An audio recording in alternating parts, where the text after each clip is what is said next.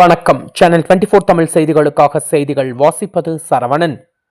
துல்லிய புற்றுநோய் சிகிச்சையின் எதிர்காலத்தை வடிவமைத்தல் நிகழ்ச்சி சென்னையில் விஎஸ் மருத்துவ அறக்கட்டளை சார்பில் விஎஸ் சர்வதேச துல்லிய புற்றுநோயியல் உச்சி மாநாடு சென்னையில் உள்ள கிரீன் பார்க் ஹோட்டலில் நடைபெற்றது. ஜூலை 18 முதல் 20 வரை நடைபெற்ற இந்த நிகழ்ச்சியில் இந்தியா முழுவதிலும் இருந்து 500க்கும் மேற்பட்ட புற்றுநோய் மருத்துவ அறுவை சிகிச்சை மற்றும் கதிர்வீச்சு புற்றுநோயியல் நிபுணர்கள், மருத்துவர்கள், நோயியல் நிபுணர்கள், மரபியல் வல்லுநர்கள், ஆராய்ச்சியாளர்கள் மற்றும் முதுகலை மாணவர்கள் ஆகியோர் கலந்து கொண்டனர். இதில் புற்றுநோய் சிகிச்சையின் வளர்ந்து வரும் புதிய தொழில்நுட்பங்கள், சிகிச்சை முறைகள், நோய் தாக்கங்கள் குறித்து கருத்துக்களை பகிர்ந்து கொண்டனர். மேம்பட்ட நோயறிதல்கள் மற்றும் இலக்கு சிகிச்சைகள் முதல் நோயாளி சார்ந்த சிகிச்சை உத்திகள் வரை துல்லிய புற்றுநோயியலின் வளர்ந்து வரும் பங்கை இந்த உச்சி மாநாடு மையப்படுத்தியது.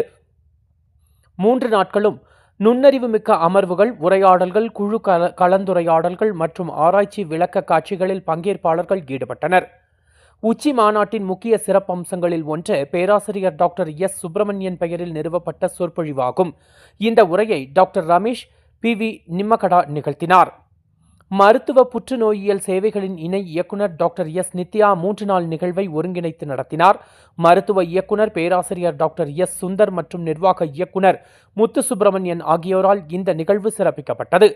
இந்தியாவின் மூத்த மருத்துவ புற்றுநோயியல் நிபுணரும் விஎஸ் மருத்துவமனை குழுமத்தின் நிறுவனர் தலைவரும் நிர்வாக இயக்குநருமான பேராசிரியர் டாக்டர் எஸ். சுப்பிரமணியன் அவர்களின் வழிகாட்டுதலின் கீழ் இந்த நிகழ்வு நடைபெற்றது. குழும தலைமை இயக்க அதிகாரி பிரசன்னா ஸ்ரீனிவாசன் அவர்களின் தலைமை மற்றும் மேற்பார்வையின் மூலம் உச்சி மாநாட்டின் தடையற்ற செயல்பாடு மற்றும் ஒட்டுமொத்த வெற்றி சாத்தியமானது.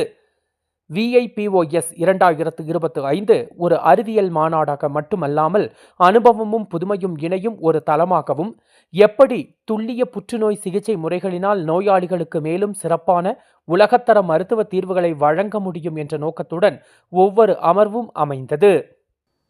From decades now, almost immediately after I came back to India, I realized that we need to do this.